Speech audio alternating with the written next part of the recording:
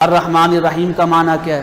ذرا اندازہ لگائیں ہم میں سے کتنے لوگ ہیں جن کو نماز کا ترجمہ آتا ہو، جو صورتیں پڑھتے ہیں ان صورتوں کا ترجمہ آتا ہو؟ لہٰذا پہلا مسئلہ تلفظ صحیح ہو، دوسرا مسئلہ ادائیگی صحیح ہو اور اس کے ساتھ معنی معلوم ہو، تیسرا مسئلہ جو بھی آپ نے نماز کے اندر قرات کرنی ہے نا، قرات کو مکمل طور پہ ختم کر کے پھر رکوع والی تکبیر کہنی ہے۔ یہ نہیں ہے بعض اوقات ہم کہہ دیتے ہیں ابھی ہم آخری آیت ختم نہیں کرتے رکوع میں چلے جاتے ہیں، وَلَمْ يَكُنْ لَهُ كُفُوًا أَحَدٌ اللَّهُ، ساتھ ہی رکوع بھی ہو رہا ہے، ساتھ ہی آخری آیت بھی پڑھ رہے ہیں اور نیچے درمیان میں جا کے ہم اللہ اکبر کہیں گے، نہیں، قرات بالکل مکمل کر کے پھر آپ نے رکوع والی تکبیر کہنی۔ اس کے بعد جو ہے جیسے ہی آپ نے آخری آیت پڑھنی ہے نا، تھوڑی دیر سانس نکالنا ہے، سانس نکالنے کے بعد آپ نے کہنا ہے اللہ اکبر۔ اگر سانس نہ نکالا تو بعض اوقات آخری آیت اور اللہ اکبر کو جب ہم ساتھ ملا کے پڑھتے ہیں تو معنی چینج ہو جاتا ہے، معنی تبدیل ہو جاتا ہے، خاص طور پہ ان آیات میں جن کے اندر کسی کی مذمت بیان ہوئی ہو، عذاب کا ذکر آیا ہو، کسی کے بارے میں وعید یا ڈر سنایا گیا، اس کے فوراً بعد اگر آپ کہتے ہیں نا اللہ اکبر، وہ جو آخری آیت والا معنی ہے وہ اللہ کی طرف منسوب ہو جائے گا، الیاذ باللہ۔ ارادہ تو ہمارا نہیں ہوتا ہے لیکن مسئلہ معلوم نہیں۔ اسی طرح اس کے بعد جو اہم مسئلہ ہے نماز کے اندر قرات کے آداب میں سے، آپ نے جو بھی صورتیں پڑھنی ہے نا ترتیب سے پڑھنی ہے۔ مثلا پہلے اگر آپ پڑھتے ہیں قل هو اللہ احد اللہ الصمد، تو اس کے بعد جو ہے آپ نے اگلی رکعت میں وہ صورت پڑھنی ہے جو اس کے بعد آئے گی، وہ کون سی ہے؟ قل اعوذ برب الفلق ہے یا قل اعوذ برب الناس ہے۔ اس سے پہلے والی صورت آپ نے نہیں پڑھنی ہے، جیسے تبت یدا ابی لہب وتب۔ اگر آپ نے پڑھ لی نماز بھی صحیح ہو جائے گی، سجدہ سہو کی بھی ضرورت نہیں ہے، لیکن قرات کے ادب کے خلاف ہے، جو آقا کریم علیہ الصلوۃ والسلام نے ترتیب بتائی اس ترتیب کے خلاف ہے، سنت چھوٹ جائے گی۔ اسی طرح نماز کے اندر کوشش کریں جو آپ نے پہلی رکعت میں صورت پڑھی ہے نا اس کو دوسری رکعت میں دہرائے نہیں، کوئی اور صورت پڑھیں۔ جتنی صورتیں آپ بدل بدل کے پڑھیں گے اتنی ہی کثرت کے ساتھ قرآن پاک کی تلاوت ہوگی۔ جتنی کثرت کے ساتھ قرآن پاک کی تلاوت ہوگی اس کا مطلب کیا ہے کہ آپ مختلف معنی والی آیات پڑھ رہے ہیں اور اس سے نصیحت بھی حاصل کریں۔ لیکن اگر کوئی ریپیٹ کر لیتا ہے نماز صحیح ہو جائے گی، سجدہ سہو کی بھی ضرورت نہیں ہے، اور حضور نبی کریم علیہ الصلوۃ والسلام نے بعض اوقات اس کی اجازت بھی دی ہے۔ آپ کوئی صورت پڑھ رہے ہیں، وجدانی کیفیت آ گئی، آپ کو بڑا سکون آ رہا ہے ان آیات کو بار بار پڑھتے ہوئے۔ مثال کے طور پہ آپ پڑھ رہے تھے انا اعطیناک الکوثر، آپ کہہ رہے ہیں یار حضور کی شان بیان ہو رہی ہے، قربانی کا ذکر آ رہا ہے، حضور کے جو دشمن ہیں ان کی مذمت بیان ہو رہی ہے، آپ کو تھوڑی سی لذت آنے لگی، سکون سا، آپ کہتے ہیں میں بار بار اس کو پڑھوں۔ اگر لذت، کیفیت اور سکون آ رہا ہے، یہ ایسی کیفیت بن گئی ہے، پھر حضور نبی کریم علیہ الصلوۃ والسلام نے اجازت دی ہے، آپ ایک ہی رکعت میں بھی بار بار پڑھ سکتے ہیں اور اگلی رکعت میں بھی اس صورت کو دوبارہ پڑھ سکتے ہیں، نماز صحیح ہو جائے گی۔ اسی طرح اگر آپ امام ہیں، جماعت کروا رہے ہیں، کہیں آپ گئے ہوئے ہیں، وزٹ پہ گئے ہوئے ہیں، ٹور پہ گئے ہوئے ہیں، دوستوں نے مل کے آپ کو کہا آپ جماعت کروا دیں، جب آپ جماعت کروا رہے ہیں نا تو امام کے لیے اجازت نہیں ہے کہ وہ ایک صورت کو بار بار دہرا کے پڑھے۔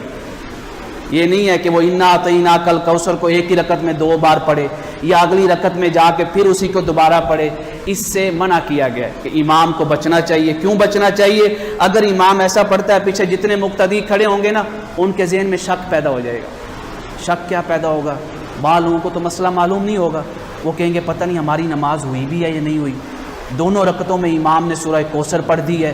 یہ جو شک مقتدی کے ذہن میں پیدا ہوتا ہے نا، نمازی کے ذہن میں، اس سے حضور نبی کریم علیہ الصلوۃ والسلام نے منع فرمایا ہے کہ نماز اس طرح پڑھاؤ تاکہ نمازیوں کے ذہنوں کے اندر کسی قسم کا شک پیدا نہ ہو۔ اسی طرح جب آپ کوئی بھی صورت پڑھ رہے ہیں نا کم سے کم اس صورت کو پورا پڑھیں۔ اگر چھوٹی صورت ہے جیسے انا اعطیناک الکوثر ہے، اس کو پورا پڑھیں۔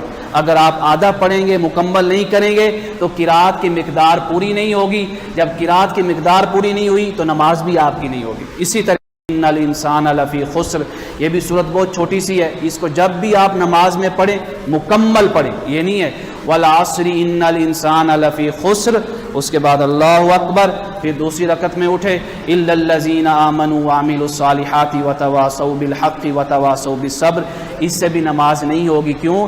قرات کی جو مقدار تھی، مقدار کیا واجب سورہ فاتحہ کے بعد جو ہم نے قرات کرنی ہے نا، اس کی واجب مقدار یہ ہے کہ کم سے کم چھوٹی 3 آیات مکمل پڑھی جائیں۔ سورہ کوثر کے اندر 3 آیات ہیں، چھوٹی ہیں، ان کو مکمل پڑھیں۔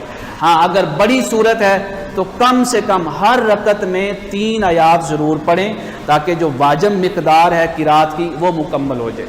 اسی طرح اگر آپ بھول گئے، آپ پڑھ رہے تھے انا اعطیناک الکوثر فصلی لربک وانحر، اگلی آیت نہیں آپ کو آ رہی، بھول جاتا ہے، قرآن پاک ہے۔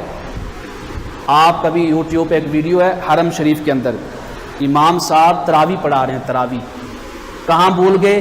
الف لام میم ذالک الکتاب لا ریب فیہ، آگے ان کو پڑھنا نہیں آ رہا کہ ھدی للمتقین پڑھنا ہے یا ھدی للمحسنین پڑھنا ہے، قرآن پاک ہے۔ اور یہ جو مصلی ہے نا، یہ اس جگہ میں اور اس جگہ میں بڑا فرق ہے، زمین و آسمان کا۔ آپ وہاں پہ پڑھ رہے ہیں کوئی ڈر نہیں ہوگا، یہاں پہ آپ آئے تو کئی ڈر آپ کے ذہن کے اندر ہوں گے۔ اور بعض حرم شریف کے اماموں کی ان کی یہ نہیں ہے کہ ہم ان کی کوئی تقصیر کر رہے ہیں، نہیں، یہ قرآن کی عظمت بیان کر رہے ہیں۔ بعض امام ایسے ہیں حرم شریف کے، آپ یوٹیوب پہ کھول کے دیکھیں، وہ سورہ اخلاص پڑھ رہے ہیں، قل هو اللہ احد اللہ، اس کے اندر بھول گئے۔ کیوں؟ یہ جو جگہ ہے نا، یہ جاہ و جلال والی جگہ ہے۔ حتیٰ کہ آقا کریم علیہ الصلوۃ والسلام نے فرمایا جب اللہ تعالیٰ مسجد کے نمازیوں پہ اپنی رحمت تقسیم کرتا ہے نا، وہ رحمت سب سے پہلے امام کے سر سے تقسیم ہوتی ہے، یہاں سے، یعنی وہ جال بنا جاتا ہے اللہ تعالیٰ کی رحمت کا جال۔ وہ جال کہاں سے شروع ہوتا ہے؟ یہاں سے، اور جہاں سے کوئی شے شروع ہو نا، وہاں پہ اس کا روب بھی زیادہ ہوتا ہے، اس کا دبدبہ اور اس کا جاہ و جلال بھی زیادہ ہوتا ہے۔ تو لہٰذا اگر آپ بھول گئے تو بھولنے کے بعد آپ ویٹ نہ کریں، اگلی کوئی سورت شروع کر دیں۔ جب آپ نے اگلی سورت شروع کر دی تو اس حالت میں بھی سجدہ سہو نہیں ہے۔ اسی طرح بعض اوقات کیا ہوتا ہے، آپ نے پڑھا قل هو اللہ احد، اس کے بعد آپ نے پڑھنا تھا قل اعوذ برب الفلق، دوسری رکعت میں آپ نے بھولتے ہوئے آپ نے کیا پڑھ دیا؟ تبت یدا ابی لہب وتب، آپ کو فوراً ذہن میں آیا یہ تو صورت بعد والی ہے، میری ترتیب الٹ ہو گئی ہے۔ اب آپ یہ نہیں کریں گے کہ تبت یدا ابی لہب وتب کو چھوڑ کے آپ قل اعوذ برب الفلق شروع کر دیں، نہیں، جو صورت آپ نے شروع کر دی حضور نبی کریم علیہ الصلوۃ والسلام نے فرمایا اس کو مکمل کریں، اگرچہ ترتیب الٹ ہو گئی ہے، نماز صحیح ہو جائے گی، سجدہ سہو کی بھی ضرورت نہیں۔ اللہم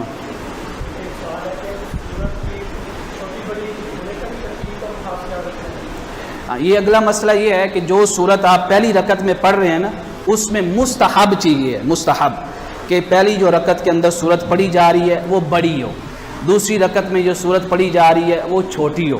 لیکن اگر آپ اکیلے نماز پڑھ رہے ہیں تو اس میں اگر آپ پہلی رکعت میں بڑی پڑھ دیتے ہیں، دوسری رکعت میں چھوٹی پڑھ دیتے ہیں تو حدیث مبارکہ سے اس کی اجازت ہے۔ لیکن اگر امام ہے کہیں جماعت کروا رہے ہیں تو اس کا خاص خیال رکھیں۔ تمام نمازیوں کے ذہنوں کے اندر یہ مسئلہ ہوتا ہے پہلی رکعت میں بڑی ہو، دوسری رکعت میں چھوٹی ہو۔ اب امام ہے، اس نے پہلی رکعت میں کیا پڑھ دی؟ انا اعطیناک الکوثر، دوسری رکعت میں کیا پڑھ دی؟ قل یا ایھا الکافرون۔ پیچھے جتنے نمازی کھڑے سب کے ذہنوں میں شک، پتہ نہیں امام کو مسئلہ بھی معلوم ہے یا نہیں ہے۔ تو حضور نے بڑی تاکیداً فرمایا امام کو ہر اس مسئلے سے بچنا چاہیے جس کی وجہ سے نمازی کے ذہن میں شک پیدا ہو جائے۔